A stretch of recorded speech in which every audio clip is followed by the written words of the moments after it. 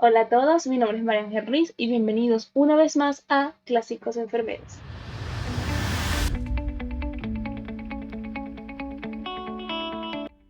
Muy bien, continuando con el tema de signos vitales que fue planteado en Instagram, de hecho ya se subió un video corto acerca de este tema. Hoy hablaremos acerca de la saturación de oxígeno en sangre.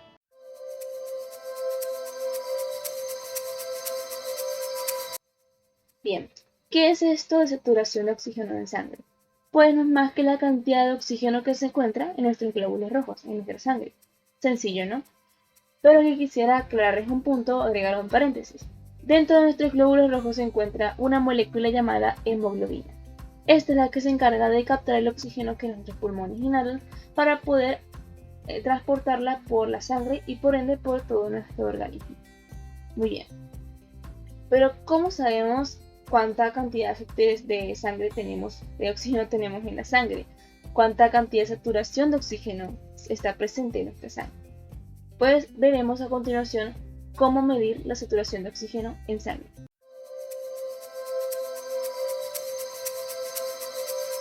Bien, existen dos técnicas para medir esta saturación de oxígeno en sangre. La primera es la gasometría arterial. Esta es una técnica invasiva que consiste en inyectar a la persona con claramente una jeringa o un catéter para poder extraer la sangre arterial. ¿Pero por qué la sangre arterial? Pues porque esta es la que contiene la sangre, pues el oxígeno, la sangre arterial, la sangre oxigenada. A través de esta técnica, a través de este procedimiento, es que podemos determinar la cantidad de gases que se encuentran en nuestra sangre. Ojo, cantidad de gases. Esto quiere decir que la gasometría arterial no solamente nos define la cantidad de oxígeno que hay, sino de otros gases, como el dióxido de carbono, e incluso nos da el nivel de pH. A pesar de que sí es una técnica bastante completa, un procedimiento bastante exacto, no es muy usada porque al ser invasiva es dolorosa e incómoda. Incluso algunas personas pueden sufrir algún tipo de hiperventilación por los nervios de ser inyectado. Por otro lado tenemos la oximetría del pulso. Esta es un procedimiento realizado a través de un dispositivo que es como una especie de pinza, como podemos ver aquí en la imagen, que se coloca mayormente en la punta del dedo de nuestra mano, en los dedos del pie también se puede colocar y en el lóbulo de la oreja. Este dispositivo trabaja con una luz infrarroja. Emite esta luz o refleja esta luz en los capilares del dedo o del lugar donde estemos colocándolo y de esta manera nos arroja el resultado de la cantidad de gases también que se encuentra en nuestra sangre. Sin embargo, este dispositivo trabaja solamente con oxígeno, no es capaz de determinar otro tipo de gases o el pH. Sin embargo, también este dispositivo nos puede dar el valor de los pulsos cardíacos, no tanto frecuencia cardíaca, sino el pulso cardíaco porque está trabajando directamente con el dedo, con la onda pulsátil del dedo. Como podemos ver en la imagen, está tanto el valor de la saturación de oxígeno como de la frecuencia cardíaca. Ahora bien, algunas recomendaciones al usar este tipo de dispositivo es que la persona no puede tener su uña pintada con esmalte, no puede tener uñas postizas, su piel debe evitar que esté fría y el pulso no debe estar débil.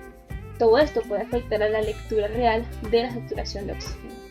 Por otra parte, las personas que fuman suelen tener un resultado erróneo de su saturación de oxígeno real. Esto es porque el cigarrillo produce monóxido de carbono en nuestra sangre, el cual también es un gas como lo es el oxígeno.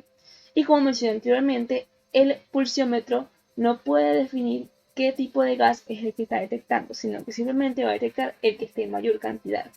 Por esto es que las personas que fuman se les recomienda que si quieren saber su cantidad de su saturación de oxígeno en sangre, lo deben hacer por medio de una gasometría arterial, o ABG por sus siglas en inglés.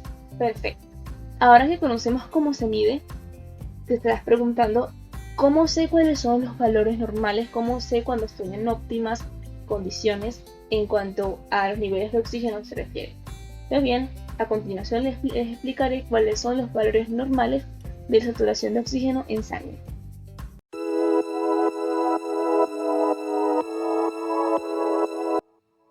Primero hay que explicar que dependiendo del tipo de técnica que nos realicemos, van a arrojar valores con, digamos, nomenclaturas diferentes, ¿ok?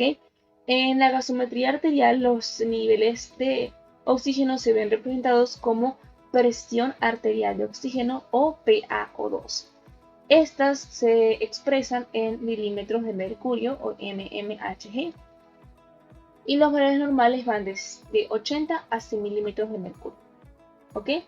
En el caso de la oximetría del pulso, el que tomamos con el oxímetro del pulso, esto se expresa en saturación de oxígeno o SpO2. También se suele ver como SaO2. Y los valores normales van de 95 a 100% de saturación de oxígeno. Bien, si estos son los valores normales, significa que si estamos dentro de estos rangos, es que estamos en un estado de salud óptimo, lo cual está bien. Pero, ¿qué pasaría si estos valores bajan? Si de repente nuestra saturación de oxígeno sale que tenemos menor al 95%.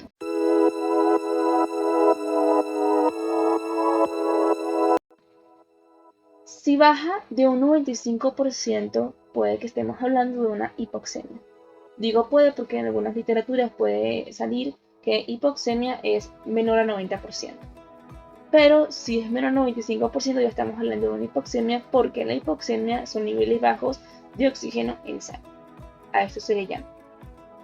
Entonces, en una hipoxemia se debe hacer un tratamiento inmediato y realizar la monitorización del mismo para llevar un control y dependiendo pues, de los resultados de este tratamiento, se considera llevar a un centro hospitalario. Por otra parte, si los valores van de un 90% para abajo, hablamos de una hipoxia severa. Y esto puede considerarse también que la persona está presentando una enfermedad grave, por lo que se tiene que aplicar una oxigenoterapia, que esto lo podemos hablar también en otro video.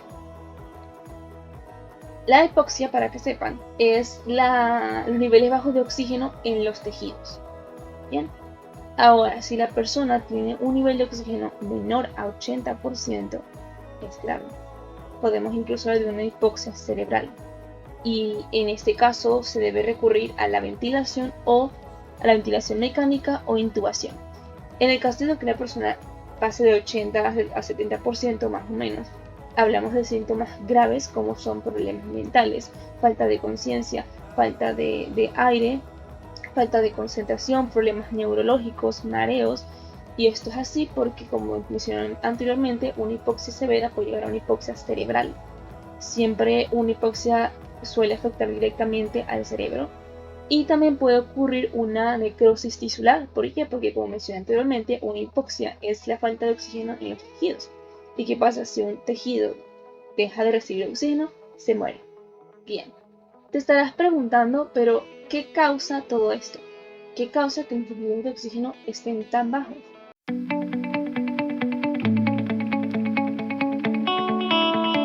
Pues bien, algunas condiciones de salud que pueden afectar negativamente nuestros niveles de oxígeno en sangre son la EPOC, incluyendo la bronquitis crónica y el enfisema, una embolia pulmonar, un pulmón colapsado, algún desorden cardíaco congénito, enfermedades cardíacas, el asma e incluso la anemia.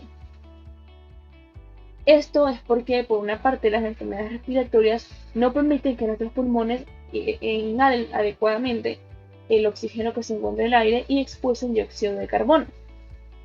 Por otro lado, las enfermedades cardíacas y desórdenes circulatorios pueden afectar la manera en que nuestra sangre recolecta el oxígeno y lo transporta por nuestro cuerpo. Todas estas condiciones afectan los niveles de oxígeno en sangre y poco a poco podemos ir experimentando o la persona puede ir experimentando síntomas de hipoxemia, como lo son la hiperventilación, taquicardia, mareos, dolor de pecho, dolor de cabeza, náuseas e incluso cianosis, que es esa coloración azulada de la piel por falta de oxígeno. En conclusión, la mayoría de las personas no necesitan monitorizar regularmente sus niveles de oxígeno en sangre. Solo las personas que padecen alguna condición que causa que sus niveles de oxígeno sean tan bajos es que se les pide que verifiquen constantemente dichos niveles. Es por esto que el oxímetro del pulso es un dispositivo bastante usado porque es práctico y rápido y es incluso tan eficaz como la gasometría arterial, aunque sí es sabido que puede tener un margen de error, sin embargo es lo suficientemente preciso para su uso. Bien, esto ha sido todo por el video de hoy. Espero que les haya gustado, espero que les haya servido muchísimo esta información. Recuerden que el saber es poder y siempre es muy bueno tener una pequeña información acerca de cómo funciona nuestro cuerpo y de los diferentes exámenes que nos podemos hacer para saber que estamos sanos. Recuerden que si llegan a experimentar algunos de los síntomas que mencioné en este video, sería muy bueno que visiten a un médico. Si desean saber más acerca de este tema o tienen algunas dudas, no olviden dejarnos algún comentario. También subimos contenido en nuestro Instagram.